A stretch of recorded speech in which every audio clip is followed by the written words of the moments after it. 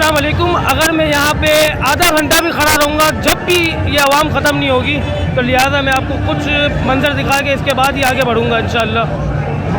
ये इनका जज्बा देखिए, हर किसी के हाथ में आप बैग देखेंगे।